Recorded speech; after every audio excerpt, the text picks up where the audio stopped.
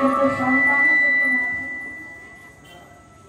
ছেলে যদি না থাকে, তাহলে আমাদের যে রাধা গোবিন্দ আছে তাকে সেবা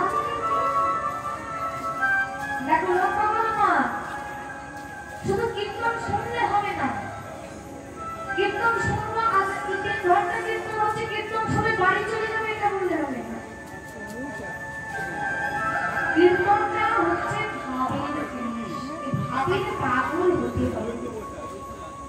জানো তো ভাবে কি পাগল হয়ে থাকতো? মহাভারতে একটা ছেলে থাকতো, যার নাম হলো বিদুর। একটু আস্তে একটু আস্তে, কথা কম কথা কম। এখানে কেউ কিন্তু তোমরা কথা বলার জন্য আসেনি, এখানে আমি একজন বক্তা আর তোমরা শুধু শোনার জন্য এসেছো। শুধু শুনবে, আজ আমি যা বলবো শুধু শুনে যাবে তোমরা। মহাভারতে একটা ছেলে ছিল, তার নাম হলো বিদুর। বিদুরের স্ত্রীর নাম হলো পরাশরী দেবী। এরা ছিল কৃষ্ণ ভক্ত। দুই স্বামী স্ত্রীতে ভিক্ষা করতো না, ভিক্ষা করে যা দিত ভগবানকে আগে সেবা দিত, তারপরে সেই প্রসাদ তারা গ্রহণ করত। জানো ভগবান আমার ভগবান এমনই, তার একটা বড় স্বভাব আছে কি না, যে প্রকৃত ভক্ত না তাকে বারবার আঘাত করে, বারবার পরীক্ষা করে। মনে মনে ভাবছে বেটা বিদুর কত বড় ভক্ত হয়েছে, আমি একটু পরীক্ষা করবো। আজ আমি তোর বাড়িতে যাবো বিদুর, তুই কত বড় ভক্ত হয়েছিস আমি একটু দেখবো।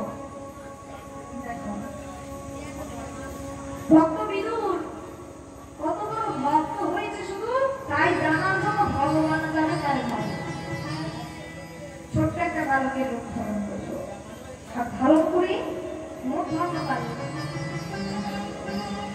বিদুরের কুঠিরে গিয়ে হাতে ধরেছে। বিদুর স্নানের কাছে পরাশরী মার ঘরে দেখা আছে, আর সেই সময় বালক এসে ভগবান এসে আমার বলছে, মা গো, বাড়িতে কেউ আছো নাকি গো মা? আমার যে খুব ক্ষুধা লেগেছে, কিছু খেতে দাও না গো মা। মা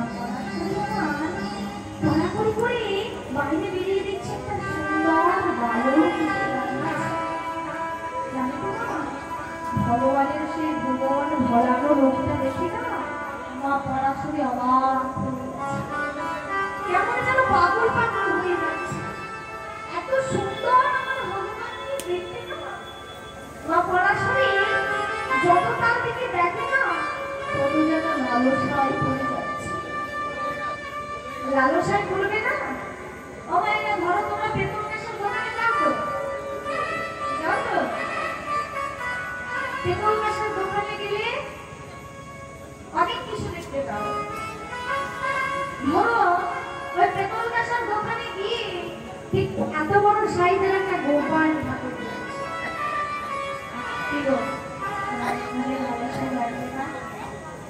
আমি যদি এই গোপালটাকে আমাদের বাড়িতে নিয়ে আসতে পারতাম,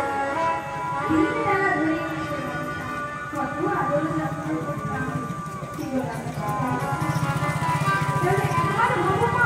সামান্য পেতলের গোপালকে দেখে যদি এত লালসা জাগিয়ে আমাদের মনে, একবার চেষ্টা করে দেখে তো, মা পরাশরী আমার সাক্ষাৎ স্বয়ং ভগবান।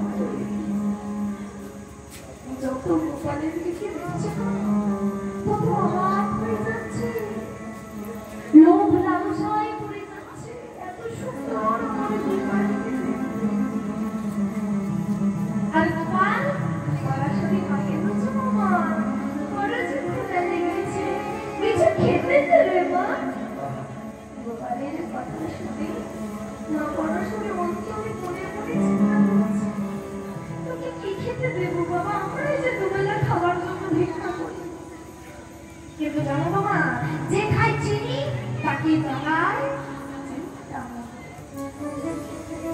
মনে পড়ে গেল গতকাল বিকালে স্বামী বাগান থেকে এক হাতি কলা খেতে গেছিল, সব পাড়া কিন্তু টাকা ছিল। গোপালকে বলছে, গোপাল বস বাবা, এখানে এসে বস, আমি তোর জন্য খাবার আনছি। দরাদরি করে গিয়ে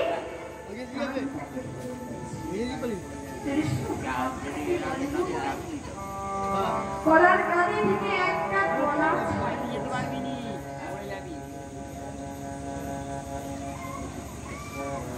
আর ছাড়িয়ে সুন্দর করে খোসাটা জানো তো, কৃষ্ণ ভাবি এমনই পাগলিনী হইয়াছে, তার কোনো জ্ঞান নেই, জ্ঞান শূন্য হয়ে গেছে। কলার শ্বাসটাকে নিয়ে মা দূর করে ছুঁড়ে ফেলে দিয়েছে, আর সেই তেতো খোসাটা যেটা খাই না আমরা ফেলে দিই, সেটাকে নিয়ে গোপালের বদলে গোপাল খা, গোপাল খা, খাবি না গোপাল খা, খা না গোপাল, চুপ করে আছিস কেন? আরে ভগবান আমার পাগল প্রেমিক না, শুধু ভক্তের ভাবটা নষ্ট হতে দেবে না বলে সেই তেতো খোসাটাকে ভগবান আমার ছিঁড়ে দিল। ভগবান এমনই ভাবের কারণ, কিন্তু ভক্তির জন্য ভগবান আমার কাঙালির মতো ভুলে গেল। এদিকে প্রচন্ড কথা হচ্ছে, এত কথা বলে কিছু হবে না, কোনো ভালোই আসবে না। দেখো তো কীর্তন তখন ভালো হবে যখন শোনানো, তখন শোনানো ভালো হবে, তখনই নয়ন থেকে বাড়ি ঝরবে, তখন তুমি একত্রিত করে শুনবে একটা কথা।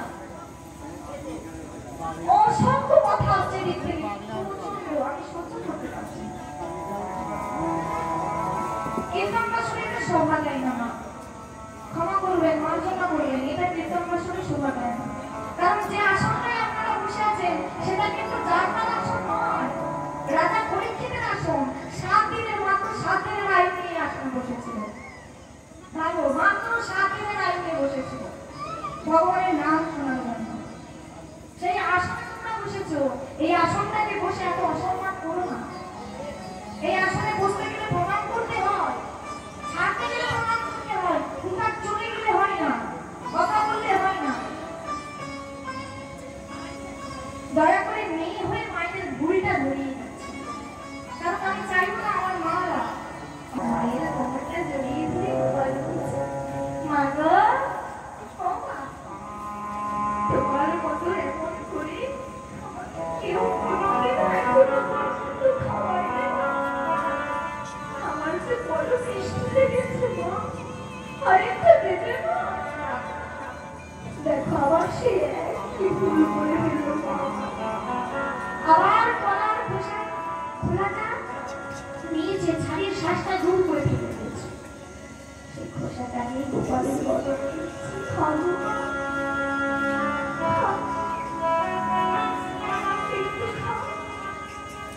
আর ভগবান কিন্তু খুশি নয়। আমার ভগবানের কি দরকার ছিল কিন্তু খোসা খাবার? যে রাজ অট্টালিকায় থাকে, রাজ ভোগ গ্রহণ করে, তার কি দরকার কিন্তু খোসা খাবার? জানো তো ভগবান একটা জিনিসের ভিখারি, সেটা হচ্ছে ভক্তির ভিখারি। যে আমার ভগবানকে দুঃখটা নয়ন বাড়ি আর একটা তুলসী পত্র দিয়ে ভগবানকে শুধু ভক্তি ভরে একবার ডাকে না, আর ভগবান তার দাসের অনুদাস হয়ে